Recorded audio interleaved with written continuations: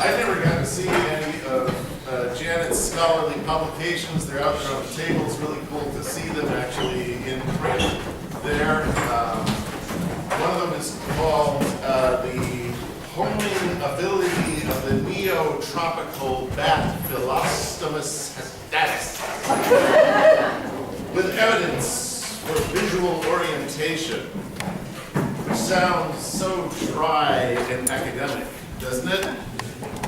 Here's how not dry that research was. This is her book, Bats, Birds, and Boys.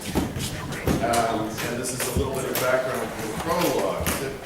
Janet was not much of a complainer. She had plenty of challenges in her life, but she was not much of a complainer. She was a woman of strong and exuberant will, and she didn't fuss about much. But right here in the prologue, she says, she's talking about her life in graduate studies at New York University. At the time, there was only one thing that I did not like about my life in the city, and that was the cockroaches that periodically found their way into my New York kitchen.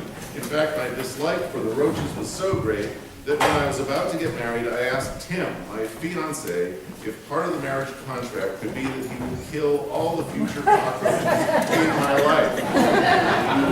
He agreed. That's like a promise. Well, how'd that turn out? There she was, looking into a cave in Trinidad. She had just gotten married 2 weeks before. She had never been in a tropical rainforest. She says, I had never been near a bat cave, much less gone into one. The rainforest was very damp, since the rainy season had begun the month before. 4 men had gone into the cave ahead of me. Tim, who was my brand new husband, Donald R. Griffin, who was Tim's PhD advisor and my employer, Rod Southers, another one of Dr. Griffin's graduate students, and Sonny Runwell, a Trinidadian who had led us to this cave in the Guanapo Valley. What are the first 2 syllables of Guanapo? What does the last syllable sound like? Minutes were rushing by. Soon someone would realize that I had not followed the group into the cave. I had to go in. I thought about our marriage contract.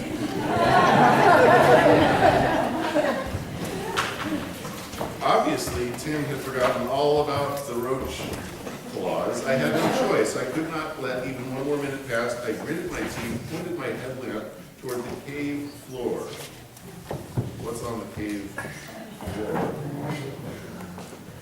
A seething bed of bat guano. Excrement many inches deep, constantly being worked over by thousands of cockroaches. There was no evidence of a solid floor to the cave, just guano, cockroaches, and hundreds of other insects making up an undulating, nearly liquid mass through which I would have to walk. I looked down at my feet. I only had on sneakers.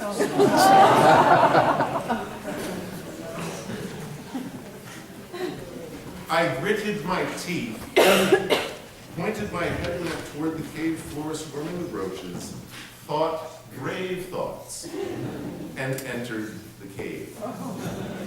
And that's where she met Philostomus hastatus, the greater spear-nosed bat, of which she wrote so well and so expertly. I read in an Oliver Sacks book once that philosopher Arthur Schopenhauer, whose works I have not read, said that this music is pure will, pure human will, and that in order to fully experience it, paradoxically, we have to almost surrender part of our own will in order to become the subject of the will of the music. Let us join in prayer. Holy One, we gather on this day of an outpouring of exuberant will from players and singers and listeners and all of us gathered here. Great, exuberant, mighty will is coursing through this place in colors and sounds, in the compositions which Robert has put together, and most of all, in that love for life, which Janet shared so powerfully with her husband, Tim, and her children, Robert and Peter, and all their family, friends, and all with whom they got to sing and play and explore.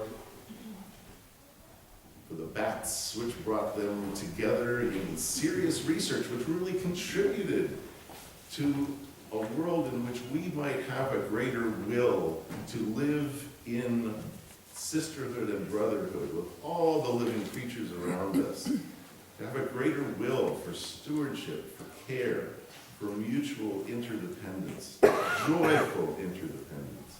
Let's hear all of this flowing through the music that we enjoy and play and sing today, all the memories that we share of what a good thing it has been and still is to share this life with Janet and her family. We thank you for this time to congregate. We thank you for the great gift of all that we hear and all that we can be today through your unifying and truly exuberant will. We are gathered in humility and thanks. In your name we pray. Amen. Amen.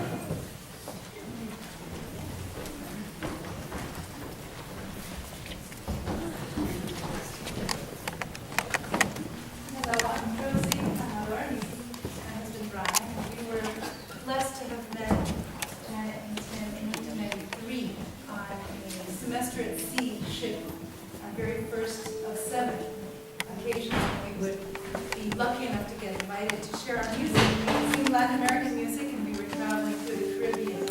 And I will never forget how we bonded, just because it seemed that we shared so many values.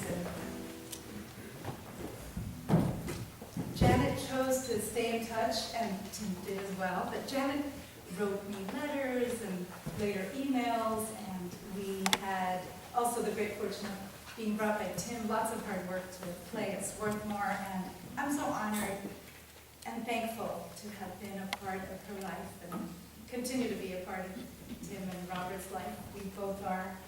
She came to a concert in August in Cambridge to send off our daughter Alisa to Bates College, not far from Colby. And she was in the front row because I reserved her seat. So it's only fitting that we should sing this song. One of my favorites, it was sung to us at our wedding. I sang it at my father's memorial. Gracias, Vida. Thanks to life. By Violeta, Parra, Chile. Thanks to life that has given me so much. It has given me my eyes, which allow me to distinguish.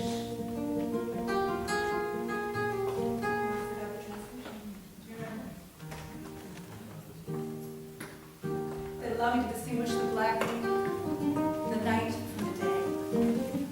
It has given me my ears, which help me to distinguish sounds, the alphabet and its letters, the march of my tired feet that lead me to your patio, the beating of my heart in its frame, and laughter and sorrow, the two materials of which this song is made. And that is the song that I share with you. It is our song. Gracias a la vida que me ha dado tanto, me dio dos luceros que cuando los abro, de efecto distinto, la negra del blanco, y en el alto cielo fondo estrellado, y en las multitudes el hombre que yo amo. Gracias a la vida que me ha dado tanto, que ha dado en el oído, que todo su ancho, graba noche y día.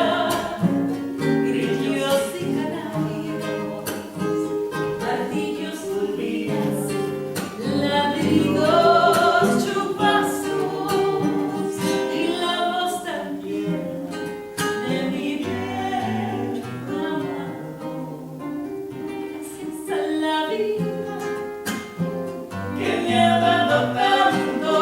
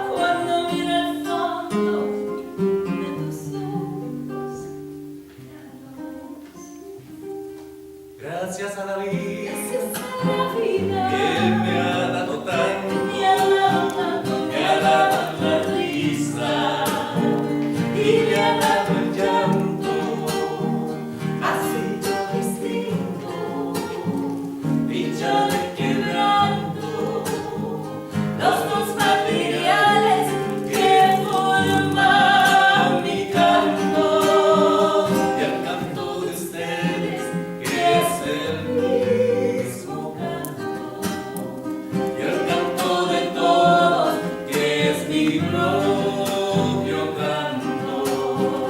Gracias a la vida,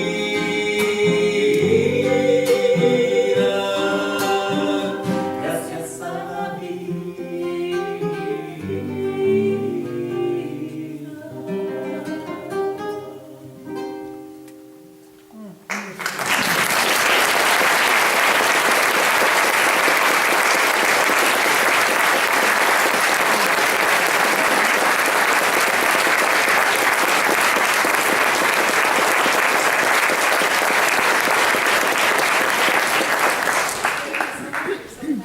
I want to also say something else very special about Janet for me, and that is that I don't think she ever realized this, but she was really a role model for me because she always talked to me about how she traveled with her sons and made them a part of her work, her life. It was all blended together.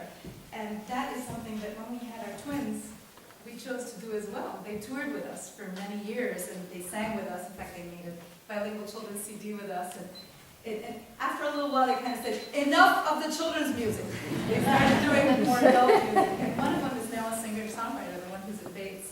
She's studying everything, but she loves music and is singing a lot of her own music in English, although she sings with us in Spanish. So anyway, Janet inspired us with that, and she also inspired Brian to start making granola. So every week I get granola. That's true. The song is one that I wrote a while back. It's inspired by a movie we saw that takes place in the Camino de Santiago, a pilgrimage in the north of Spain that many people take for many reasons, religious and not. And a common expression on the Camino is Buen Camino, good path, good journey. The song is called Buen Camino. Good path, good detour, good stumble, and good recovery. Good wound, good remedy, good disaster, and good redemption. Good anguish, good relief, good conflict, good resolution. Good rest, good work, good struggle, and good acceptance. The road is yours, nothing more nor less. The road is your path. If you see me, greet me in passing, and good redemption. Isn't that all about Janet? Buen camino, buen desvío, buen tropiezo, buena recuperación, buena herida, buen remedio, buen fracaso y buena redención.